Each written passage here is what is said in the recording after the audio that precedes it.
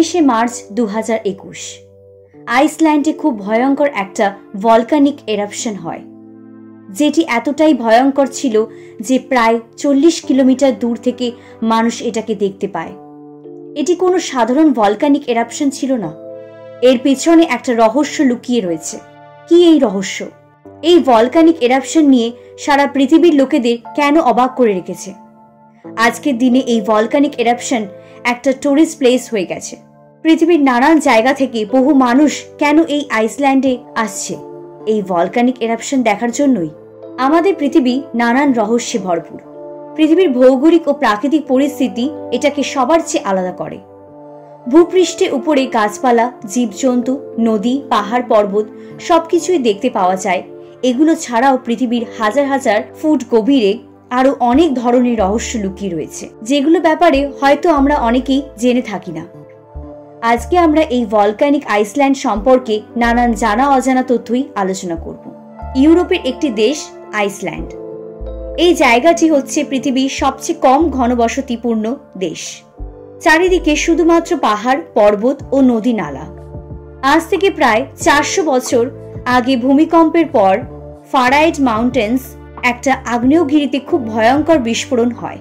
এই এরাপশন স্পটটি আইসল্যান্ডের রাজধানী দক্ষিণ পশ্চিমে অবস্থিত পেনিনসুলা থেকে 40 কিলোমিটার দূরে। প্রায় 400 বছর আগে থেকেই এটা ভিতরে জ্বলছিল। এটার থেকে যে লাভাটি বের হচ্ছিল 40 কিলোমিটার দূর থেকে দেখতে পাওয়া গিয়েছিল। এই লাভার ফলে পুরো পাহাড় থেকে এটা আগুনে গ্লেসিয়ারের মতন দেখতে লাগছিল।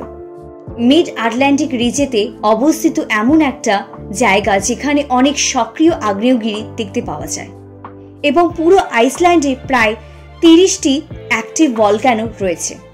ভৌগোলিক পরিস্থিতির কথা বিবেচনা করে দেখলে এটা হচ্ছে একটা ভলকানিক দ্বীপ। পুরো দ্বীপটির নিচে একটা ভলকানিক সিস্টেম রয়েছে, যেটি প্রায় 1000 বছরে একবার অ্যাক্টিভ হয়। বিজ্ঞানীরা আজ থেকে কয়েক বছর আগে এটা অনুমান করে দেখেন যে কিছুদিনের মধ্যেই আইসল্যান্ডে আমরা একটা ভলকানিক ইরাপশন দেখতে পাবো, যা 400 বছর আগে একবার সক্রিয় হয়েছিল এবং তখন থেকে প্রায় 300 বছর ধরে ডিঅ্যাক্টিভ ছিল। অনেক বড় বড় বিস্ফোরণ হয়েছিল এই আগ্নেয়গিরিতে। এতদিন ধরে নিষ্ক্রিয় থাকার পর এই আগ্নেয়গিরি আবার জেগে গেছে। ফের জেগে উঠেছে আইসল্যান্ডের এই আগ্নেয়গিরি। আইসল্যান্ডের দক্ষিণাঞ্চলে রাজধানী রিকসাভিকের দক্ষিণে রিকজেনেস উপদ্বীপের নতুন করে জেগে উঠেছে আগ্নেয়গিরি। এর থেকেই অগ্নুৎপাত শুরু হয়েছে। 2023 ডিসেম্বর থেকে 2024 মার্চ পর্যন্ত 3 মাসের মধ্যে এই নিয়ে চতুর্থবার অগ্নুৎপাতের ঘটনা ঘটল। আইসল্যান্ডের আবহাওয়া অফিস সূত্রে জানা গেছে, আগামী 16 মার্চ রাত 8:30 নাগাদ রাজধানী রিকজাভিকে দক্ষিণে রিকজেনশনের উপদ্বীপে গাজাভিটোর উত্তরে একটি আগ্নেয়গিরি অগ্নুৎপাত শুরু হয়েছে। দীর্ঘকাল থেকে গলিত লাভার ফোয়ারা উঠে আসছে এবং তার চারিদিকে আস্তে আস্তে ছড়িয়ে পড়ছে। অগ্নুৎপাত শুরু হওয়ার পর প্রায় 3 কিলোমিটার দীর্ঘ ফাটল দিয়ে সমানে লাভা নির্গত হয় এবং তার চারিদিকে ছড়িয়ে পড়ে। এই গলিত লাভা গ্রান্ডাভিক শহরের দিকে দ্রুত এগিয়ে যাওয়ায় বিপদের আশঙ্কায় সেখান থেকে আগে বাসিন্দাদের সরিয়ে নিয়ে যাওয়া হয়।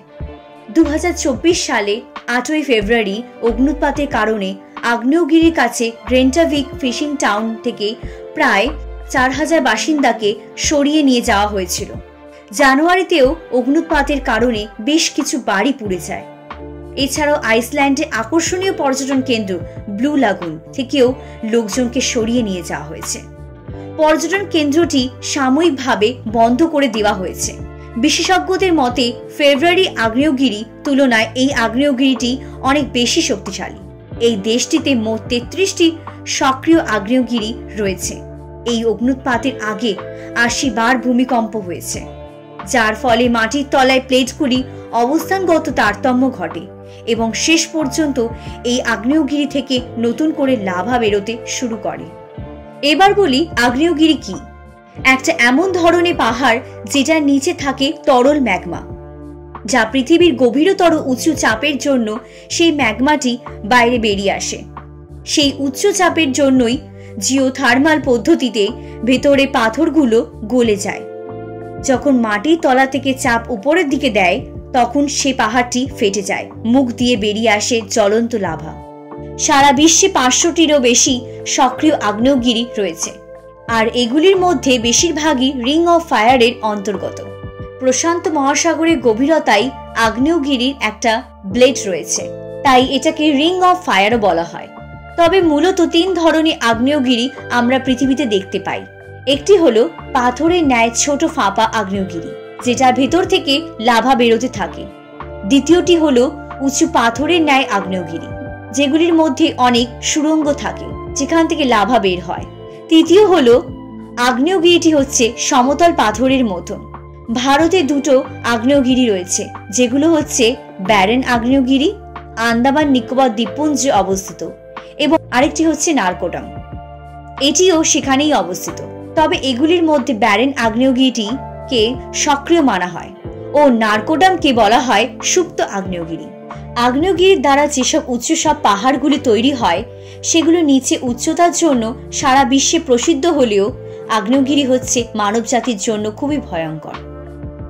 আগ্নেয়গিরি থেকে যতটা দূরত্ব বজায় রাখতে পারবে সেটি হবে মানুষের জন্য সবথেকে ভালো। এই রকমের নানান দেশে লুকিয়ে থাকা নানান তথ্য জানতে লাইক, শেয়ার এবং সাবস্ক্রাইব করুন বিশ্ব ব্রহ্মাণ্ডের রহস্যে।